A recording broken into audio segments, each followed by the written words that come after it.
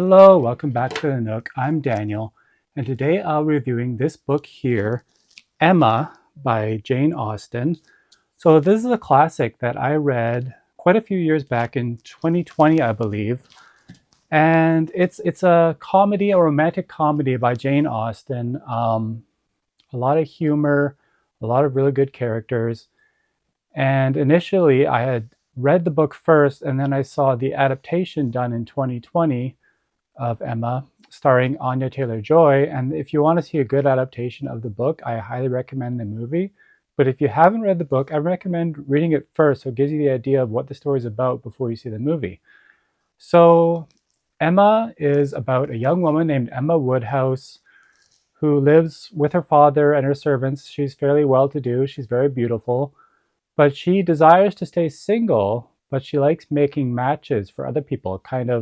She's a matchmaker. She likes to set people up, and she did that with one of her closest friends who was a servant. She set her up with a good marriage, but she just wants to stay single. She's not looking for a relationship herself. And there's all these really good characters throughout the story. What initially happens is she ends up having a new companion, this Harriet Smith. And automatically she has this setup where she wants Harriet Smith to be with this one guy.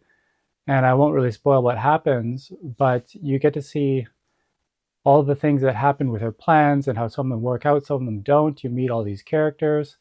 Honestly, it's a really good story. So you kind of see what her life is like as she's making these matches and as she's getting to know these different characters. Um, yeah, there's some really good ones. Like, I really liked Frank Churchill. He's this character that Emma meets, who she kept hearing about him. She finally meets him, and you find out some secrets about him towards the end, which are very unexpected. You meet Jane Fairfax, and she's a bit of a mysterious person. There's Mr. and Mrs. Weston. Like I said, Harriet Smith. You know what? I'll just read to you the description, just to give you a better idea what it's about. So it says, beautiful, clever, and rich, Emma Woodhouse is perfectly content with her single life and sees no need for love or marriage. However, nothing delights her more than interfering in the romantic lives of others.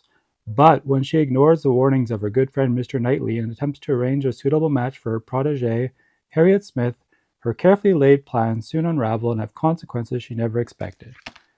So yeah, um, you see a lot of what she's doing. It ends up kind of coming apart and unraveling. So she thinks she's doing something good, but it's very convoluted story. So basically, the thing with Emma, the relationships that come about, it's not what you're expecting. You think it's going to go one way, and then it goes another way. And I found that was really interesting how convoluted it was. It made for a very interesting story. And I really like Emma's dad, Mr. Woodhouse, because he's an older man, and he's it's just funny the way he's very concerned about his diet, and then he thinks that affects everyone else's diet, to the point where one of the comedic points is that he tells everyone they should just eat gruel. They shouldn't eat custard or anything that's fatty or could give them harm. And he's constantly worried about if anyone goes outside, they'll catch cold. Like, he's this almost like a hypochondriac kind of character. I found he was really good. And in the movie, to compare it to the movie, the actor they had for Mr. Woodhouse, I don't know his name, but he was really good. He did a good job of portraying that kind of hypochondriac type kind of person. And Emma is a great character. You kind of see there are times when I was kind of annoyed with her just because she's so, she wants to make a match for Harriet. Harriet already has someone she's attached to, and Emma's like, well, no, he's poor. He's not worth your time. And it kind of feels like she made the decision for Harriet.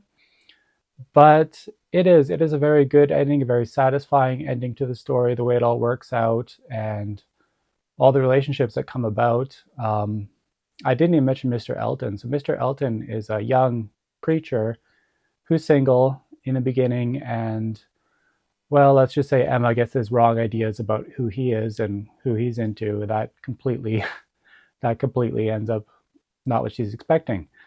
So if you like classics, if you like comedy, if you like romance, this is very good. Another character that I really liked was Mr. Knightley. Emma's sister is married to Mr. Knightley's brother, and I found he's a very good character. So you have Emma, who's making these matches, and Mr. Knightley is very much, in some ways, opposed to it, and he's kind of he's kind of the voice of reason in Emma's life. They've been friends for a long time, and you kind of see how he is showing her the error of her ways. So he's kind of a good influence on Emma. And I won't go too much into details about what happens at the end. But in the end, everything kind of works out. It's a really good story, and I highly enjoyed it.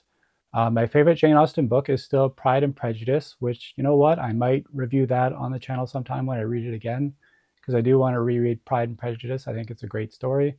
But Emma is probably my second favorite, because I've read all of the main Jane Austen books. I have a big book that has all of them. By the way, this one, this beautiful edition I got, which you can see it has like kind of a paper cutout look. This edition I got for Christmas from my mom, so shout out to my mom. That was an unexpected gift that I really appreciated. So that's the edition I read. Yeah, so if you like comedy, if you like really good characters, if you like kind of convoluted stories and relationships, I think you'll really enjoy this one. And I know I did. I had a blast reading it again. I think it was even better the second time. So please leave a comment if you're interested in this book or Jane Austen's books in general, or if you don't like classics at all. And remember to like and subscribe. And remember, you're always welcome at the Nook. Bye.